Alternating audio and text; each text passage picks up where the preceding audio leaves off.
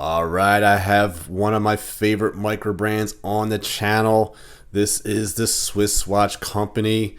I just got done with the Van Banner review, another one of my top 5 favorite micro brands as well. It brings me great pleasure and also just humbles me that I still have good relationships with a couple of these micro brands that I truly love.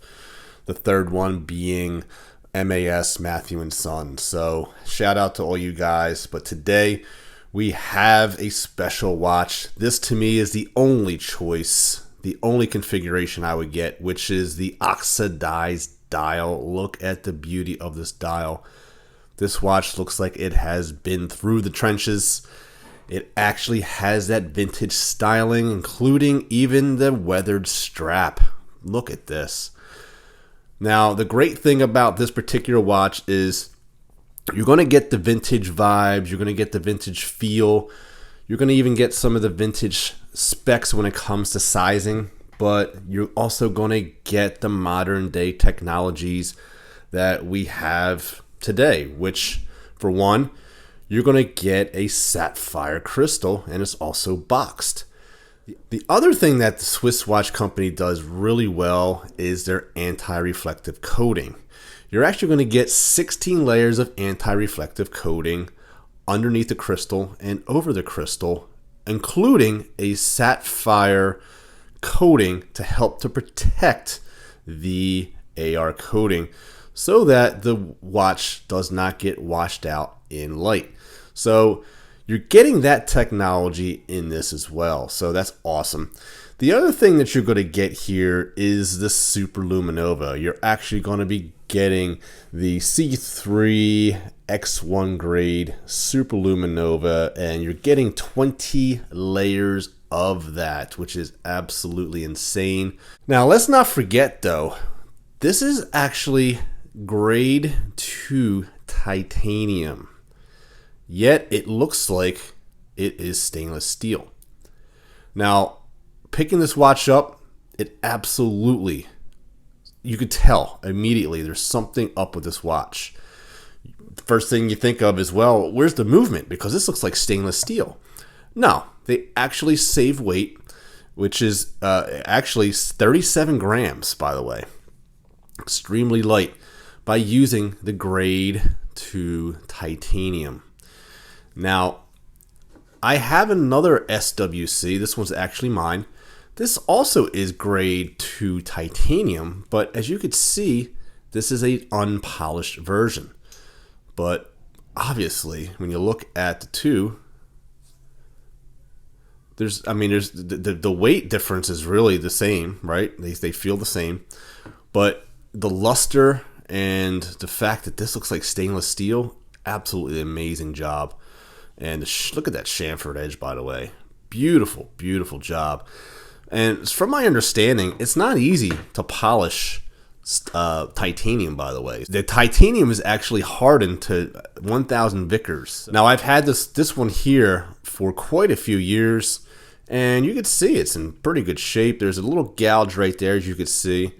But, I mean, overall, the watch is actually in really good shape. So titanium's holding up there as well. So what are we getting here? So we're getting an oxidized dial. So every one of these dials is going to be unique. So I really love the fact that they essentially force an oxidation, which makes this watch look like it's coming out of the 1940s, 1950s. It's unbelievable how they can make a watch look like it's much older, but yet this is a brand new watch. Now, they're also including a domed dial.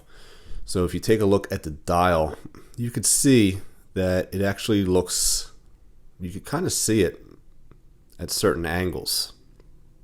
Okay. Pretty cool.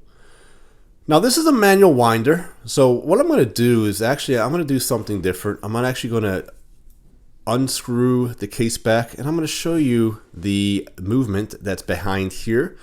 I do like the fact that they include some information here that's pretty valuable. It is a manual wind, 28,800 vibrations per hour, all titanium, 100 meters of water resistance sapphire crystal, Swiss made. Okay. What's powering this particular watch is the SW210. Fairly new movement, by the way. It is a Swiss made movement, but it's fairly new. It's a little over 10 years old at this point, and it's definitely a workhorse. Let's take a look at the movement and see exactly what's powering it. And as you'll notice, there's no rotor, so you have to wind this each day in order to keep it powered.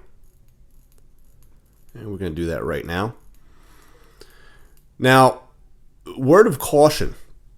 With an automatic movement, you can spin this crown all day long, and there's actually a relief system where you can keep doing that. With a manual wind, once it starts to get tight and you start feeling that resistance, stop. Because if you continue to wind the movement, you will damage the watch. So that is one word of caution when it comes down to a manual wind. You don't have that, I call it the clutch mechanism. With a manual wind, if you feel that resistance, just stop. But there we go. That one's wound enough. And you see this thing taking at 28,800. Let's put this on a time graph and see how it beats. So let's take some measurements here. Or actually, I'm just going to give you some measurements here. We're going to look at a 38 millimeter case diameter. We're looking at 8.5 millimeters in thickness. The box Sapphire is going to actually give it probably maybe that half right there. Otherwise, it would have been about 8. Very, very thin profile. By the way, you do get a signed crown there. You get that brushing on the side. Okay. Lug to lug, you're going to get 45 millimeters lug to lug. You're getting a 20 millimeter in lug width. This strap is indeed a quick release. You just take your fingernail and it releases like that. No issues at all. I love the strap, by the way. Looks brand new underneath, but what everybody else sees is this really weathered look. This thing looks like it has been through the trenches. And there is your buckle there. Surprised they don't do an SWC branded buckle. They typically do that with theirs, so I'm a little surprised that they go naked on this one, but not a deal breaker for me at all. You do see the trench logo on the bottom here of the dial, manual winder. Okay, so this will not work on obviously your watch winders. Okay, SWC there with their logo, and you get your Arabic numerals, which are filled with lume. So I'm going to pop it on the wrist and show you, but before I do that, this is the packaging. This is a real leather pouch. They do a really nice job with this, man, I'll tell you. And you get a couple of departments here. They do give you a extra strap. Not a fan of it. Not for this particular watch, but I do like these because I do have this on my this is the bunker, by the way. So you get the trench and the bunker. I think the strap works better on this one. This is just, to me, this looks like a brand new strap, and I like the whole weathered look. Maybe on the other iterations of this watch, I think maybe it'll work, but for this particular one, I think this just fits it absolutely perfectly. You do get the Swiss Watch Company awesome warranty of 3 years, guys. That's unbelievable. Typically you'll get 1 to 2 years, so 3 years shows that they really stand behind their watches. So I'm gonna take off the Navi timer today. I actually have it on the Straps Co leather. Love this combination. Stay tuned. I know you guys are probably a little bit Breitling Navi timered out, so that's why I took a little bit of a break on it. But you will see this again shortly. I'm going to do a full review, and I'm also going to do a breakdown of what it costed to service this watch.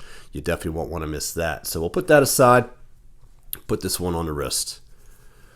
Man, it's so light, so thin. Man, I'll tell you, this is a really cool watch. Now, for me, I wish it did a little bit more water resistance. That's a personal preference.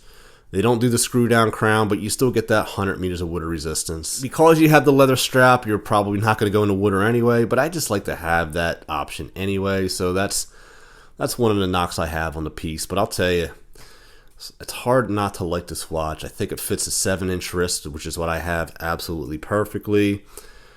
You got that traditional look, traditional sizing, a little bit bigger than, you know, what a watch would be in back in the 50s and you know, maybe 40, let's say 50s and 60s.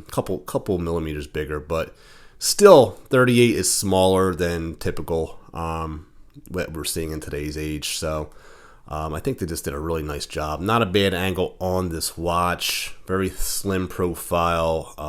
I really like it. To me, this is the only choice, this oxidized dial. So I would love to hear what you guys think down below. Thank you so much for watching, and I'll see you guys next time on Average Joe Watch Reviews. God bless, my friends.